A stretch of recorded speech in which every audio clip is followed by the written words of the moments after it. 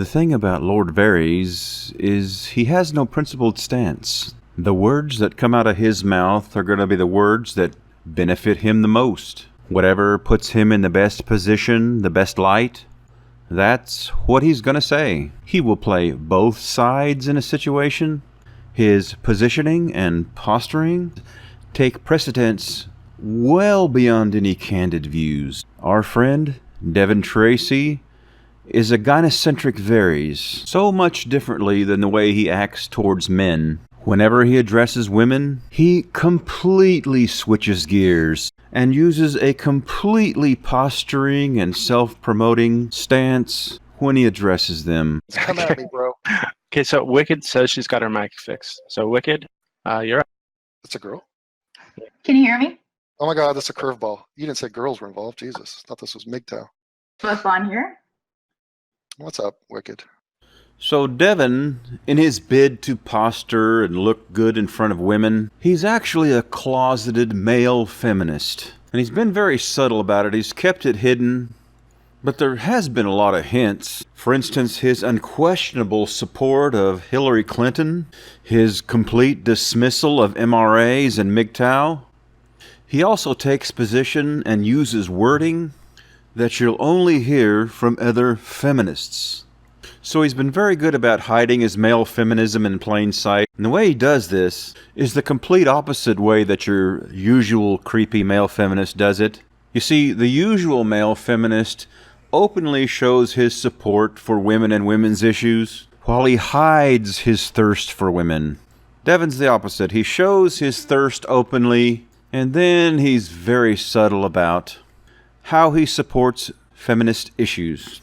Now, our little friend, Hi, I Think I'm Real, and he also goes by the name Snookums, he revealed his reasons why he became a creepy, conniving male feminist just to try to impress women.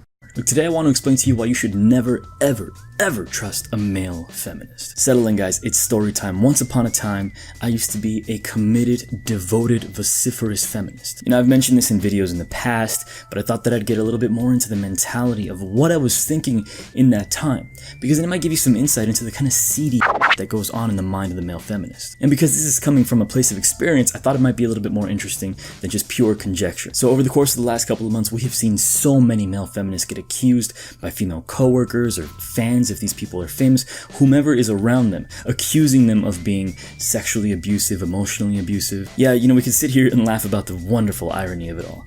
But I gotta ask, why does this happen? That's my first question. What is going on? Logically, you would assume that the men at least, calling themselves feminists would be the last people to be abusive to women. And this is the ugly truth that every single, I suppose, straight male feminist won't tell you. It is absolutely for the attention. In the back of my mind, every single time that I had a female audience in front of me, if I was at a party or a social gathering, in the back of my mind, I always knew that I was doing it for the attention. As soon as I'd start going on a rant, being very passionate about pay inequality and gender abuse in general across society, it was in some ways a performance, because I would watch these women and they'd be captivated by the fact that, oh, here's a man that is so willing to put down his own sex and so willing to buy into this narrative that I believe in too. She said this because of a reason that is not a reason.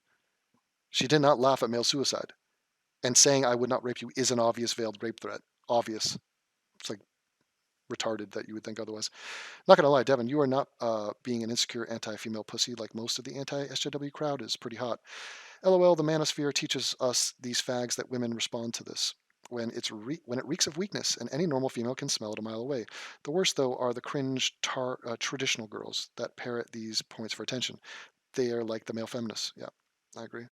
Now, what you have to keep in mind here is what the real Devon Tracey is, who he is once you peel back all the onion layers. Tracy is a self-absorbed, self-important, self-congratulatory, narcissistic, immature, parasitic, trust fund leech, gym bro. And Devin, he came from a privileged background, the only real privilege there is, and that's parental privilege. You see, when you're born to connected, professional, financially advantaged parents, you have a much, much bigger chance of success. And Devin, he had all the success privilege in the world. Born to connected, professional, well-off parents, he was groomed into one of the top universities in Southern California, UCLA. And Devin, he's in his mid-40s. And let's forget about Devin for just a sec. Let's just think of a person. A person who's born with that privilege. Professional parents who groomed him into one of the top universities. That person is now in his mid-40s. Should be at the peak of his career. Now, where would you expect a person like that to be at this time in their life? Now, there's no reason at all for a person like that to be any less successful than their parents were, unless they're a fuck-up. So where would you suspect such a person in the height of their career on a weekday?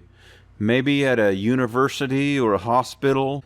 Maybe the operating floor of a major corporation? Well, on a weekday, you'll find Devon Tracey spurging out in the Tonka radio chat. Kind of sad when you think about it, guys. I mean, here's this dude who probably had a lot of potential. The dude just never grew up. I mean, it seems like he just got caught in his own narcissistic, self-serving spiral that just kind of allowed him to be a spoiled little shit that never grew up. You got Devin, who's done nothing with his life but make the 115,000th most popular YouTube channel. Can you imagine that conversation, folks? Hey, Dad, I got my silver play button just like Mundane Matt. Yeah, that's nice, Devin. Did you know your grandfather's work is now going to be shown in the Smithsonian? Yeah, but how cool is that play button, Dad? Yeah, really, really cool. So that's the Tracy legacy, folks. From famous researcher to professor to YouTuber and gym bro in his mid-40s to an aborted fetus. That's the decline of the Tracy bloodline, folks. Oh, he doesn't think I'm an alpha male. Oh, right. Okay. You always mock people. Anonymous dude calling me out because I'm not alpha, right? You always mock people for things and talk about gamer geeks, but what the fuck are you? A non-gamer geek athlete, voted most athletic, successful world traveler. That's who I am. He'll kick your ass. Did he just mention world traveler as a success? I mean, what the fuck does that even mean? I mean, did you successfully travel from point A to point B? And that's one of your virtues, huh? And what else did he say there? He said, I believe he said athlete who was voted most athletic?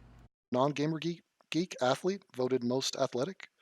And you notice he cut himself off there. He said, voted most athletic. Then he realized that was in high school. What is that? That's like Al Bundy level success? Or what was that shit?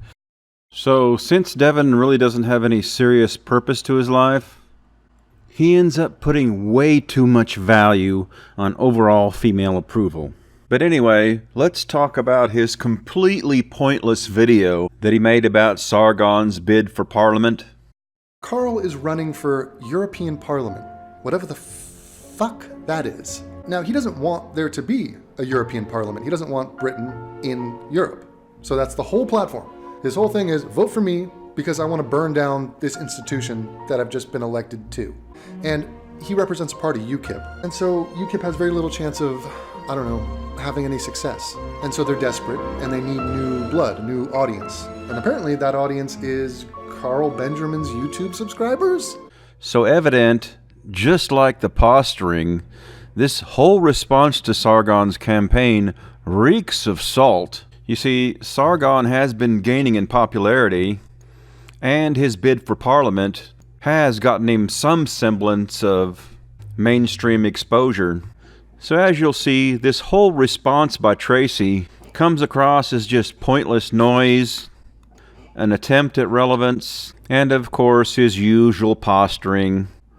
But the main thing that this rather pointless response video did do is that it seems to have exposed Devin's covert male feminism that he's been trying to keep on the down low. Now listen and you'll see the feminist talking points pop up, talking points you'll hear from no one else but far-left feminists.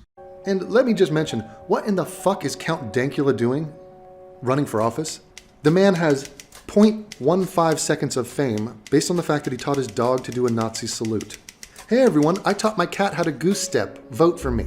And that guy goes out on stage as a wannabe stand-up comic, and his jokes include rape jokes? Oh, but it goes over big with the sort of vaguely misogynistic crowd. You see, guys, this is what I mean about the feminist talking points that keep popping up. Count Dankula's audience is vaguely misogynistic? I mean, where the fuck do you get misogynistic? It looked like just a bunch of regular blokes to me. So here we have just a bunch of regular blokes out for a laugh, out to laugh at a shitty fucked up joke. And along comes Tracy with, "Oh, you guys are misogynistic." oh, they're vaguely misogynistic, huh? Well, someone seems like they're vaguely a feminist. Why the fuck don't you just admit it, Tracy? You are a feminist. And the worst kind. A sniveling, queef-sniffing feminist. The one who does it for the pussy points. Fucking pathetic. Ambiguously misogynistic. And a little bit has to do with resentment, a little bit is sour grapes, a little bit is just good old-fashioned insecurity. So there it is, guys, this whole insufferable posturing thing over and over again. "Oh, you guys are misogynistic because you're bitter against women because you got turned down for a date. So you guys are so misogynistic and so insecure towards women.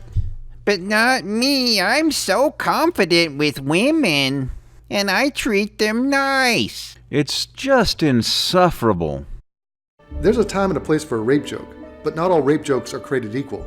And that's not a joke. It's literally not, like, it's not funny, but also it just completely relies on the shock humor of rape. Rape is a thing, and I'm not even against rape. In fact, I rape. I rape, therefore I am. So this is basically like social Darwinism.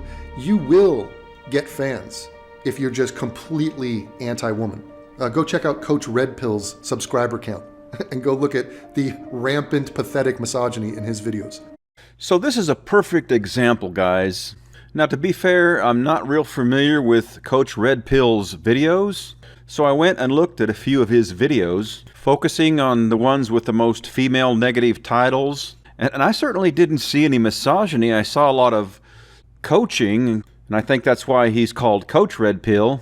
His shtick seems to be coaching young men through life, how to avoid the pitfalls of relationships, things like that. So that's a great example. Let's look at who would call Coach Red Pill's videos misogynistic. Now, would this person call it misogynistic? Who else? Maybe this person? Or this person?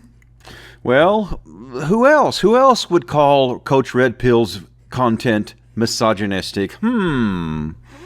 Who? It's a Scooby-Doo mystery. Yeah, I think you're right. I think it's just feminists like these who would call it misogynistic. In fact, right now, I know right fucking now, there are people in this audience watching this video who are like, ooh, I don't like what Devin's saying. He's saying that it's not good to be nasty to women? A man who can't argue without strawmanning and tells his critics to fuck their mothers and kill themselves.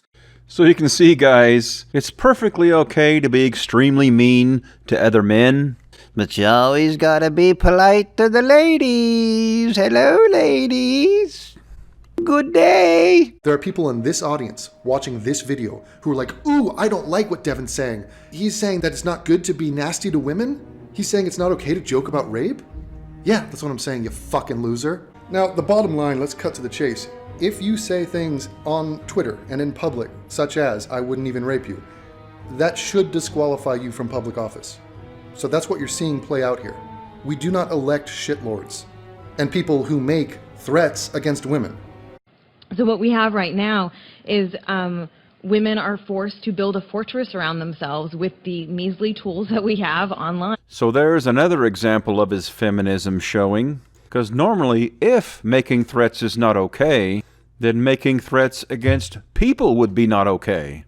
But here's Devin again with his feminist talking points, his feminism reeling up, when it refers to exclusively women on a topic where you should be saying, because it's the objective truth, that it's not okay to do that to people. But feminists and queef sniffers like Tracy here always chime in about how it's not okay to do that to just women. You pathetic, douchey narcissist. And I also want to say all this bullshit about red pill being men who hate women and have insecurities, that's bullshit and projection. You're the one who gets all twisted up inside when a woman doesn't like you. So you tip your fedora because you're insecure, because you're the one who needs female approval so desperately that you'll say anything and you'll posture to win their favor. You are the one who's insecure. And people who make threats against women. And let me put to bed just once and for all, saying I wouldn't even rape you is a threat. Oh, so Tracy thinks I wouldn't even rape you is a threat? Well, let's see if Matt Dillahunty, who is politically far left and an admitted male feminist, let's hear what he has to say about Sargon's tweet. Because I wouldn't rape you versus I wouldn't even rape you does change some context. Neither of them is a threat to actually do this. Including the word even, basically, as he acknowledges it, transitions it into more closer to the realm of you're too ugly to screw. So someone who is far left, who is an admitted male feminist, is saying it's not a threat. Yet here Tracy is saying that it is a threat. So Tracy, you're even a more radical feminist than an admitted male feminist. And when Philip Davies MP comes and says, look, I want to have a debate about men's issues. Why are they failing? Why are they committing suicide? Why is suicide the leading cause of death for men under 45? And she laughed at him. She laughed. And you know for a fact my she uncle laughed at committed him. suicide. Yes, there's video of it. There's video But you know evidence. that's what she was laughing at. Yes, there's video evidence of it. And so, to justify making a rape threat against a woman, he says, well, she did something very nasty to deserve the rape threat. And what was that? Oh, check this out. She laughed at male suicide. Oh, that's going to win you over a lot of incels. The incels will be like, oh, male suicide, I care about that. She laughed at that? Fuck her. Fuck her. The problem is she didn't laugh at it. So this is a ridiculous lie. I guess you are kind of acting like Trump, Carl. You're lying. Let's go to the original tape and see what Jess Phillips did to deserve this torrent of rape threats. My pitch is a fairly straightforward one, in the sense that every year since I can remember, certainly since I've been a member of this House, which is 10 years now, we've had an annual debate, and in the last few years this committee has granted one. In fact, I think I was on the committee when it did grant the debate for International Women's Day. And that's been held every single year. And so I thought that in the spirit of gender equality, it would only be right to have a debate to commemorate International Men's Day, which conveniently falls on Thursday the 19th of November, which is a date when you may or may not have some time to allocate, so it will be very fitting. Also, only do we have International Women's Day, we also have women and equality questions every month in the chamber, which we don't have for men. So the opportunity for men to raise issues that are important to them is very limited. And just to give you a flavour, Mr. Chairman, of the type of things that may... So right there, Jess Phillips covers her face and she is laughing because she's reacting to the fact that men don't have a chance to bring up issues pertaining to men. She's laughing at the fact that for all of time, including the present moment, men have dominated politics. So they always bring up issues pertaining to men. You don't need a special day or a special time of the month for that. So she's laughing at the fact that this is a ridiculous false equivalency, and it is diminishing the problems that women face in society by saying, well, we men have problems and we don't ever have a time to talk about men issues. It's disingenuous and ridiculous, and that's why she's laughing at it. But Carl would have you believe, he said, male suicide is a problem in our society. And she went, "Pah, fuck, man." Not remotely the case. These issues that are important to them is very limited. And just to give you a flavour, Mr. Chairman, of the type of things that may... And Philip Davis and Jess Phillips join us now from College Green. Jess Phillips, You were saying it was laughable. Do you regret saying that now? Was that the right reaction, to burst out laughing? The thing that I said was laughable. I stand by, the idea that men can't raise issues in Parliament and that male parliamentarians don't have enough opportunities is obviously ridiculous when so many more men are in Parliament. I think that what never gets played in this clip over the weekend is the bit where I asked for a point of order to explicitly state that I do care about the issues that men face. Right, may come up and which will be part of International Men's Day. I'm not entirely sure why it's so humorous, but to discuss issues such as men's shorter life expectancy. So Jess Phillips has gathered herself, and she's continuing to listen to him talk. Male life expectancy is shorter? That's easily explainable, and bring in doctors, bring in historians. We could understand that. I mean, again, even in saying that, he's comparing it to women. Women live longer than men, that's a problem. What? No. He's not suggesting that male life expectancy should be larger. No, he framed it as is shorter. Then who? The asexual? No, women. Wider male health issues, many of which go unreported through embarrassment of men to sort of go along and talk about these things. The high suicide rate amongst men. What? Oh, what was that? What was that, Jess Phillips? Nothing? Silence? Where's the laughter? He mentioned male suicide. Nothing. Not a fucking peep. And that is because she obviously does not find it humorous, male suicide. And if you were to ask her point blank, hey, Jess Phillips, you want to double down? You've been accused of laughing at male suicide. Is that your stance on it? Carl knows she wouldn't say, yeah, that's my stance on it. I apologize for nothing. Deal with it. Male suicide is a joke to me.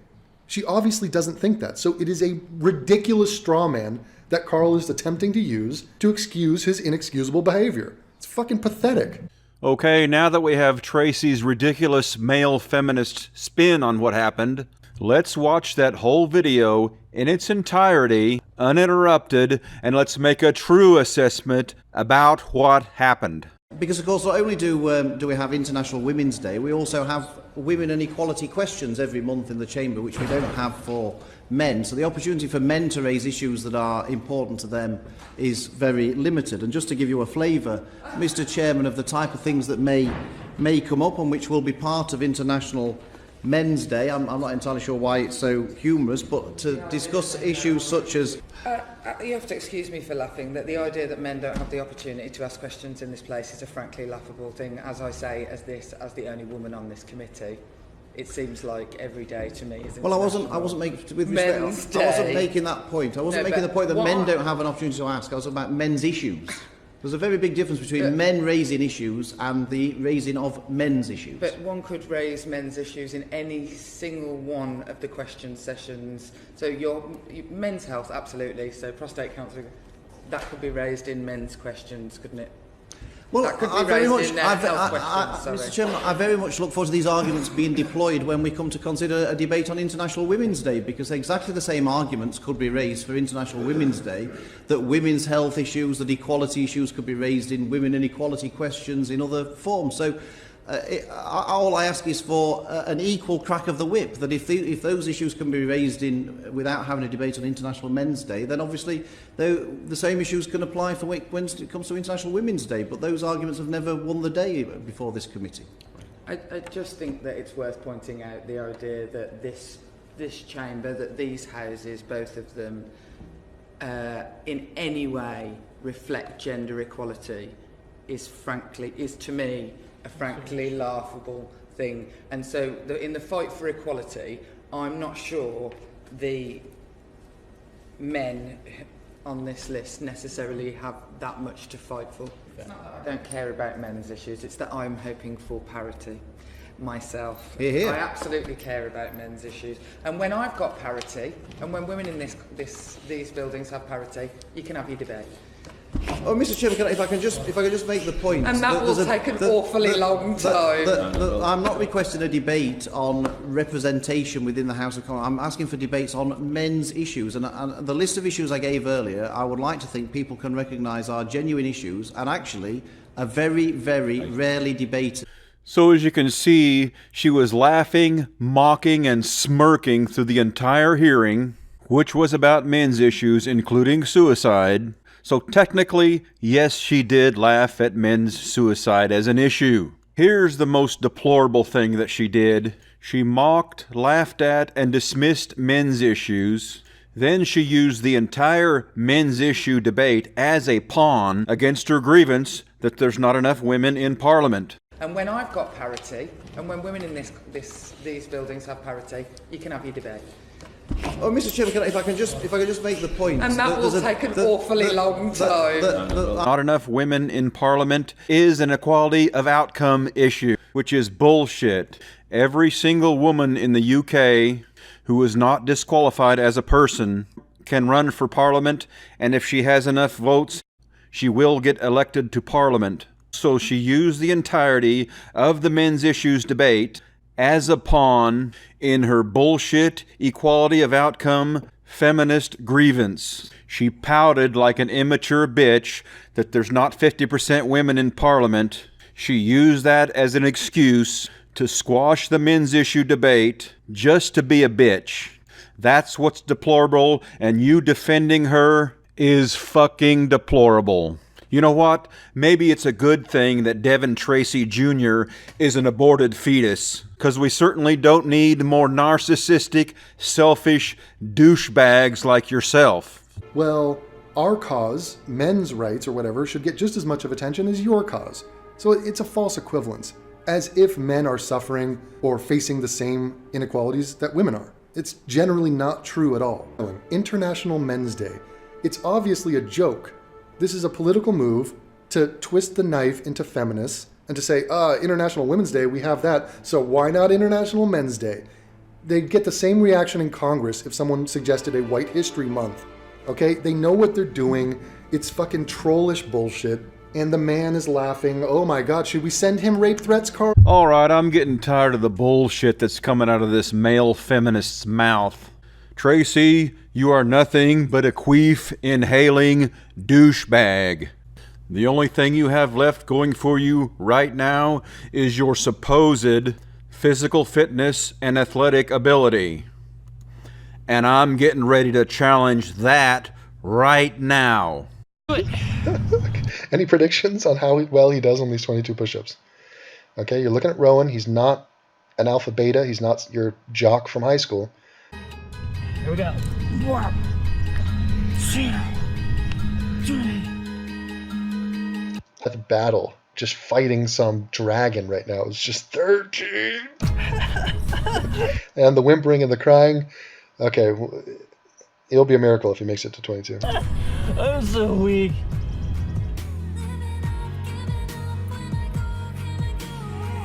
I gotta do some knee push-ups now. Okay. I'm sorry. Yes.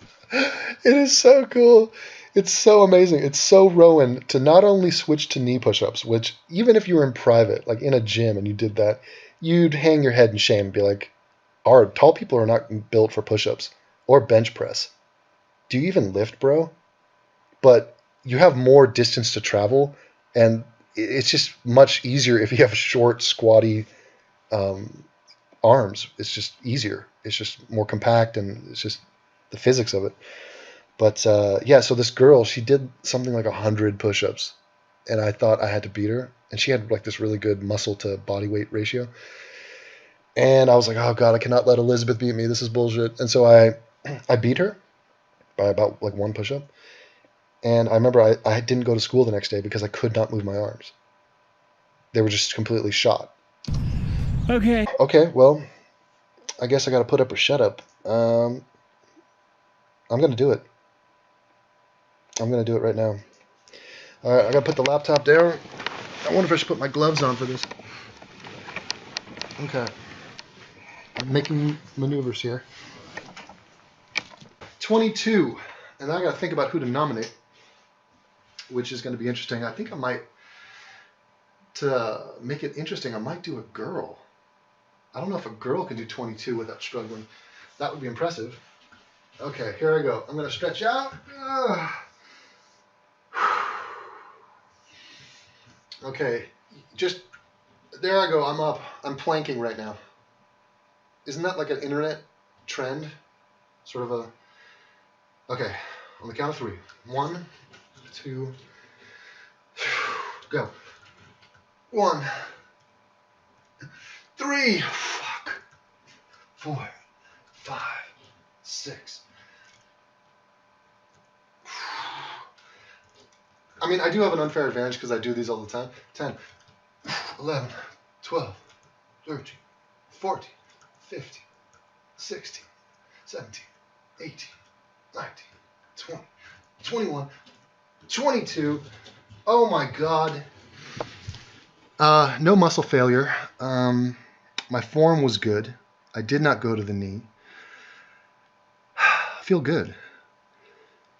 That does feel good. I can't actually spread my fingers. I have the weird thing like my wrists are not flexible at all. So I do have that. Now, as far as who to challenge.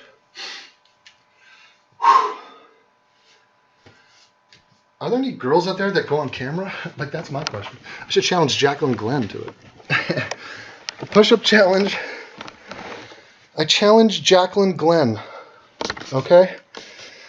That's who I'm challenging. She is a YouTuber. She's been known to do things like this. I saw her do the ice bucket challenge.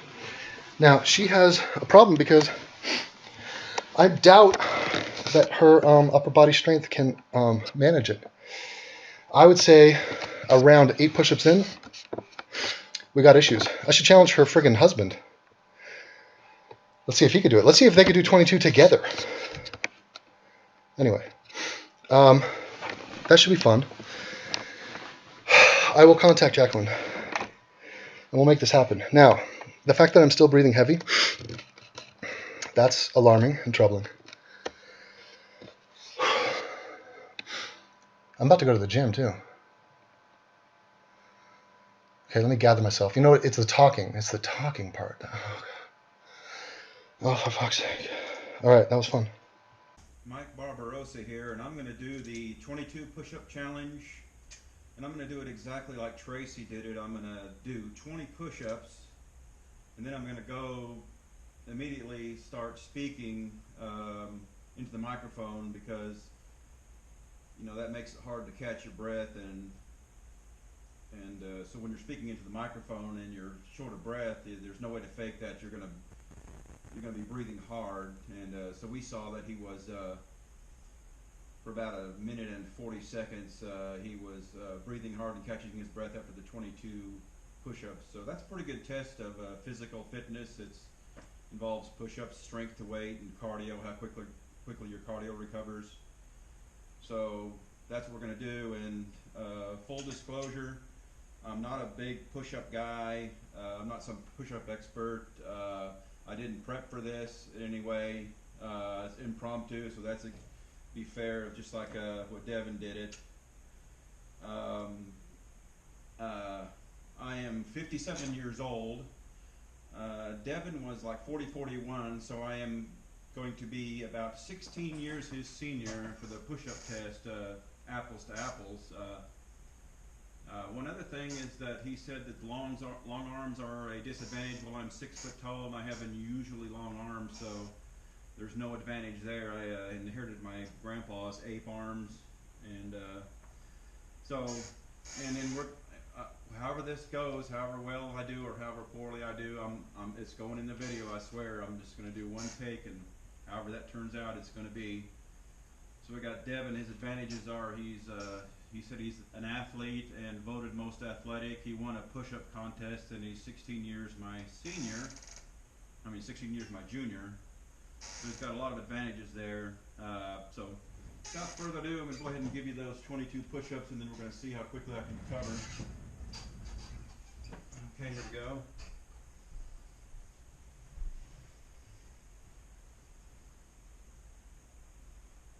Okay.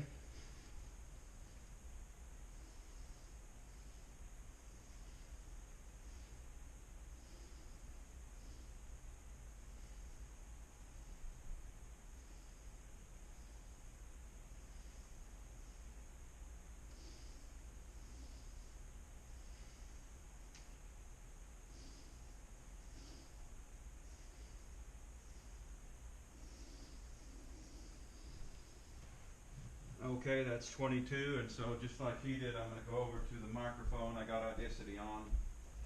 And we're going to time it to pull up the timer and start Audacity. So we'll get a good way to tell if I'm breathing heavy, continuously talking, and compare it to Devin's. And yeah, I'm taking a few breaths here. So yeah, a little heavy breathing. We're about 15 seconds in. So yeah, we'll see how we do. So yeah, a little bit breath gone. So it is kind of hard to talk when you're out of breath like that, and after you've done 22 push-ups like that. Okay, we're looking at about 45 seconds in, and so he was well, while we're trying to find something to talk about, maybe I need to find who to challenge for a push-up to maybe vegan gains. And vegan gains, you got to record like we're doing here to see how long it takes to recover afterwards. Coming up on 1 minute. And yeah, just still taking a little bit of breath. So yeah, it's hard to talk and catch your breath after a physical exertion like that. And like you said, you can't fake it. So anyway, that's yeah,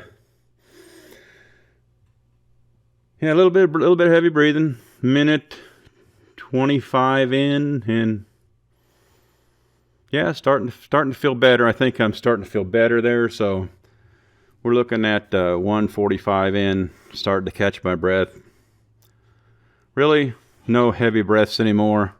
I feel pretty good. I feel like I'm all the way, and I'll continue to talk to show that I am not out of breath anymore at 1 minute and 45 seconds left of the after the push-up. So anyway, this will be a good measure of fitness. And you know, you people watching the video, you can make your own judgment as to who won, I guess, because you have the recording of both of us now. A little over 2 minutes now of us both doing push-ups and then talking continuously and seeing how out of breath we are after the push-ups. The fact that I'm still breathing heavy, that's alarming and troubling. I'm about to go to the gym too. I feel pretty good. I feel like I'm all the way, and I'll continue to talk to show that I am not out of breath anymore at 1 minute and 45 seconds left of the after the push-up. So anyway, this will be a good measure of fitness. And you know, you people watching the video, you can make your own judgment as to who won, I guess, because you have the recording of both of us now. Power is a curious thing, my lord. Are you fond of riddles? Why? Am I about to hear one? 3 great men sit in a room, a king, a priest, and a rich man. Between them stands a common sellsword. Each great man bids the sellsword kill the other 2. Who lives, who dies? Depends on the sellsword. Does it? He has neither crown nor gold, nor favor with the gods. He has a sword, the power of life and death. But if it's swordsmen who rule, why do we pretend kings hold all the power? When Ned Stark lost his head, who was truly responsible? Joffrey, the executioner, or something else? I've decided I don't like riddles. Power resides where men believe it resides. It's a trick, a shadow on the wall. And a very small man can cast a very large shadow.